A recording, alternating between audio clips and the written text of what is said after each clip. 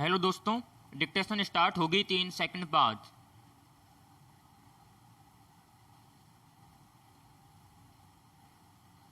Start. पर्यटन को पंख लगाने के साथ समाज के अलग अलग क्षेत्रों में छाई आर्थिक मंदी दूर हुए बिना देश की आर्थिक हालत पटरी पर आने की उम्मीद कम लगती है।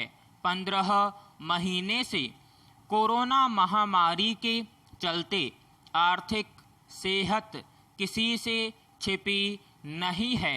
ऐसे में सोमवार को केंद्र सरकार द्वारा राहत पैकेज का ऐलान स्वागत योग्य है। अर्थव्यवस्था में तेजी लाने के इरादे से की गई घोषणाओं में कुछ घोषणाएं नई हैं तो कुछ पुरानी घोषणाओं का विस्तार है। स्वास्थ्य क्षेत्र से लेकर लड़खड़ाते पर्यटन उद्योग में नई जान फूंकने के लिए अनेक तरह से सहायता देने की कोशिश की गई है।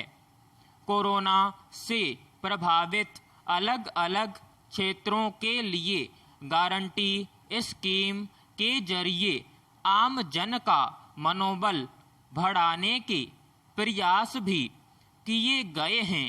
पैराग्राफ। सरकार ने इस पैकेज में ब्याज दरों को तर्कसंगत रखने पर जोर दिया है। छोटे कारोबारियों को 1.25 लाख रुपए तक का कर्ज उनकी आर्थिक हालत को सुधारने में मददगार साबित होगा। नए राहत पैकेज में किसानों के लिए अतिरिक्त सब्सिडी के साथ साथ आत्मनिर्भर भारत योजना का विस्तार समय की मांग है। पर्यटन क्षेत्र के लिए लंबे समय से राहत पैकेज की मांग की जा रही थी।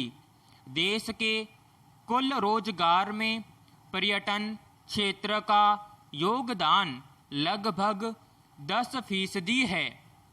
देश में हर साल आने वाले 1 करोड़ पर्यटक आर्थिक प्रगति में बड़े सहायक होते हैं। इसी को ध्यान में रखते हुए पहले 5 लाख विदेशी टूरिस्ट वीजा मुफ्त जारी करने की घोषणा स्वागत योग्य कदम है। इस कदम के व्यापक असर दिखने की पूरी उम्मीद है।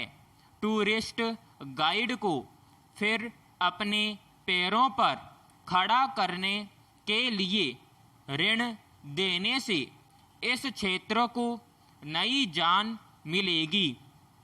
कोरोना की सबसे अधिक मार पर्यटन क्षेत्र को ही झेलनी पड़ी है।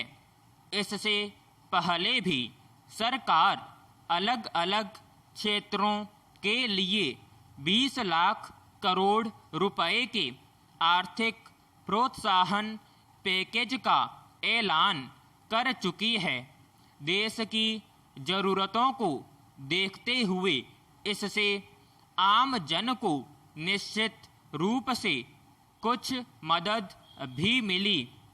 इससे पहले दिए गए पैकेज में MSME सेक्टर का खास ध्यान रखा गया था। पैराग्राफ।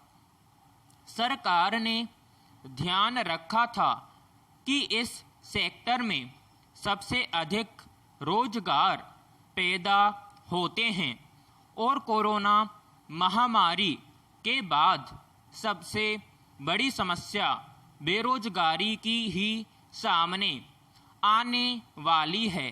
सरकार के उस आर्थिक प्रोत्साहन पैकेज में मुफ्त खाद्यान्न, रक्षा के लिए प्रत्यक्ष विदेशी निवेश में वृद्धि, आवश्यक वस्तु अधिनियम में संशोधन, स्वास्थ्य क्षेत्र में सार्वजनिक व्यय में वृद्धि जैसे उपाय शामिल थे।